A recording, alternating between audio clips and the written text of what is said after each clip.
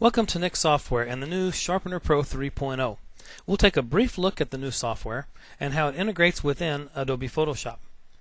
If you'll notice, in the Nick Selective tool, all 5 of our products now nest within the Selective tool: Define, Vivesa, Color Effects Pro 3.0, Silver Effects Pro, and the new Sharpener Pro 3.0.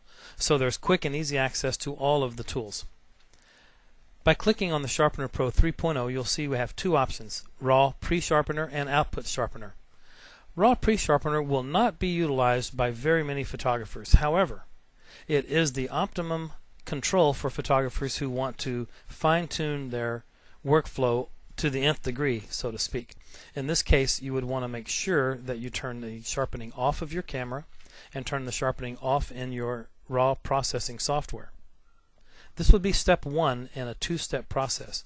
JPEG images and TIFF images are already sharpened at the time they are compressed and saved.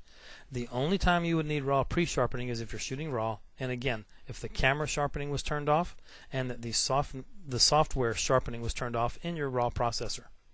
And this is the area where you would want to slightly sharpen as step 1 in the workflow. And you can do that globally, or within the new software you can do it selectively, working with control points as well. Now let's take a look at the Output Sharpener, and we'll give you a quick overview of some of the new features and tools that are located within this new interface. If you'll notice, again, all of the interfaces now have the same look. For all of our products, we've standardized on this look, and all the tools are on the right side.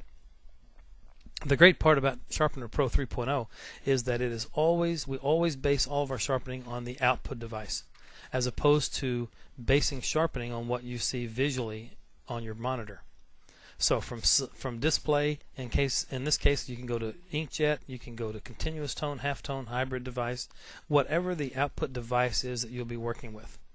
For example, in this case, let's go to inkjet. We'll go to auto. We always will recommend going auto on the viewing distance because it is preset based on the size of the image that is opened within the file.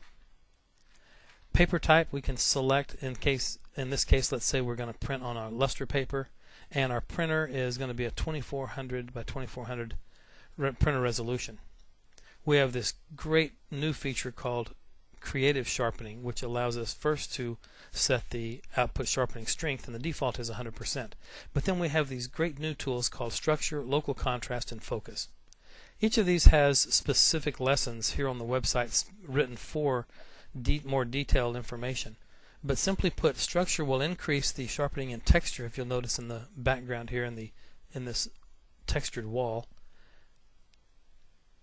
We can also increase the local contrast strength, which will sharpen fine edges and small details within the picture. And Focus will take any area that is slightly out of focus and will adaptively sharpen and add more sharpening to the areas that are slightly out than those that are in focus. So it's a very intuitive and adaptive type sharpening. Also, we have selective sharpening, and of course we have the patented U-point technology where we can add a control point to the picture, and we can selectively edit exactly what we want and sharpen exactly where we want. For example, in this case, we could select this gentleman's face, bring our size down to only include his face, and we can take the output sharpening strength and take it all the way to 0, removing any sharpening from increasing the look on the pores in his skin, for example.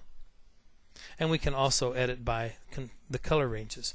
This is a great new tool, folks. This is a very intuitive software. It's again based specifically on the output and is the optimum and most powerful sharpening tool there is available today.